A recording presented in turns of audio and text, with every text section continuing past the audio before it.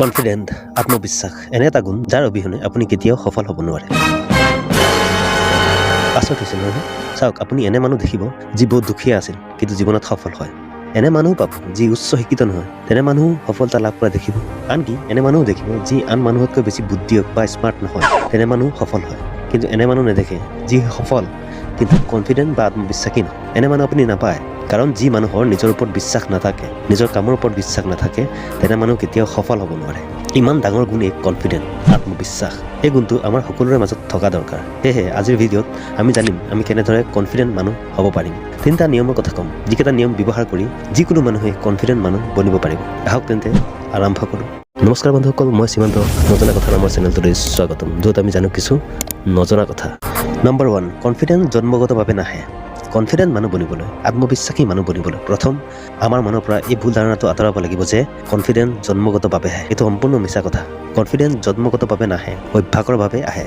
চাওক, কনফিডেন্ট আত্মবিশ্বাস এটা কলা হয়, এটা স্কিল হয়, যিটো অভ্যাসৰ দ্বাৰা নিজৰ জীৱনত আনিব পাৰি। যেনে ধৰক, আমি যেতিয়া সৰু আছিলোঁ আমি লিখিব নাজানিছিলোঁ, পঢ়িব নাজানিছিলোঁ, কিন্তু স্কুল যোৱাৰ পাছত ক্ৰমে লিখা পঢ়া অভ্যাস কৰাৰ পাছৰ পৰা আমি লিখা পঢ়া জানিছিলোঁ।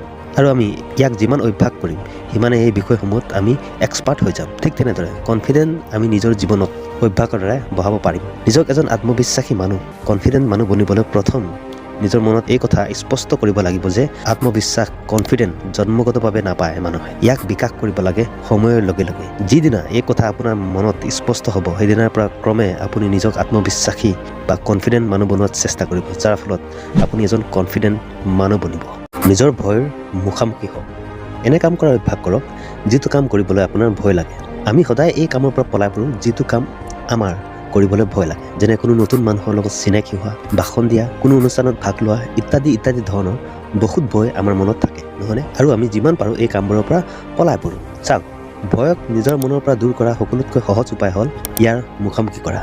যি ভয়ে আপোনাৰ আত্মবিশ্বাস কম কৰে সেই ভয়ৰ মুখামুখি কৰাৰ চেষ্টা কৰক, কাৰণ যেতিয়া মানুহে নিজৰ কোনো এটা ভয় জয় কৰিব পাৰে তেতিয়া তেওঁৰ আত্মবিশ্বাস বাঢ়ি যায়। সেইবাবে নিজৰ ভয়ৰ মুখামুখি কৰক, ইয়াক জয় কৰাৰ চেষ্টা কৰক। যেনে ধৰক, আপোনাৰ ভাষণ দিয়াত ভয় লাগে, তেন্তে এনে কাম কৰক, যেতিয়া কোনো ঠাইত ভাষণ দিয়াৰ সুবিধা পায় তাত ভাষণ দিয়াৰ সাহস গোটাওক। লাগিলে প্ৰথম দিনা মাত্ৰ 1 মিনিটৰ এটা চুটি ভাষণ দিয়ক, কোনো কথা নাই, কিন্তু দিয়ক। দেখিব লাহে লাহে আপোনাৰ ভাষণ দিয়াৰ ভয় আঁতৰিব আৰু পাছলৈ গৈ আপুনি এজন ভাল বক্তা হ'ব পাৰিব।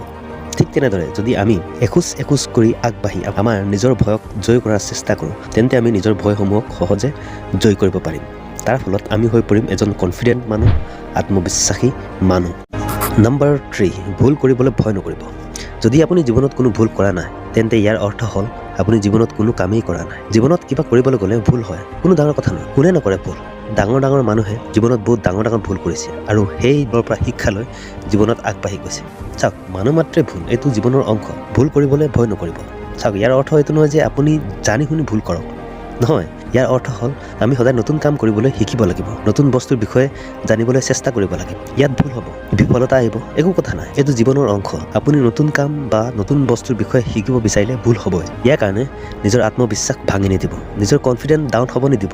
এনে ভাৱ মনলৈ আহিব নিদিব যে মই এই ভুলটো কৰিলোঁ, মই এই কাম কৰিব নোৱাৰিলোঁ, মই কোনো কামৰ মানুহ নহয়।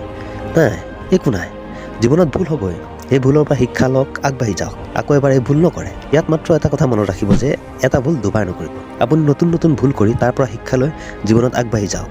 আপুনি জীৱনত এজন সফল আত্মবিশ্বাসী ব্যক্তিত পৰিণত হ'ব। চাওক বন্ধুসকল, আপুনি যদি এই 3টা কথা মনত ৰাখে আপুনি এজন আত্মবিশ্বাসী ব্যক্তিত পৰিণত হৈ পৰিব। সেয়েহে আজিৰ পৰা এই 3টা নিয়ম ব্যৱহাৰ কৰাৰ চেষ্টা কৰক। বাৰু যি কি নহওক বন্ধুসকল, কেনে লাগিলে এই ভিডিঅ'টো কমেণ্ট কৰি মোক জনাব। ভিডিঅ'টো যদি ভাল লাগে লাইক কৰক, চেনেলটো ছাবস্ক্ৰাইব কৰি মোক ছাপোৰ্ট কৰক এনেধৰণৰ ভিডিঅ' চাই থাকিবলৈ। মই লগ পাম এটা নতুন ভিডিঅ'। তেতিয়ালৈ নমস্কাৰ, গুড বাই।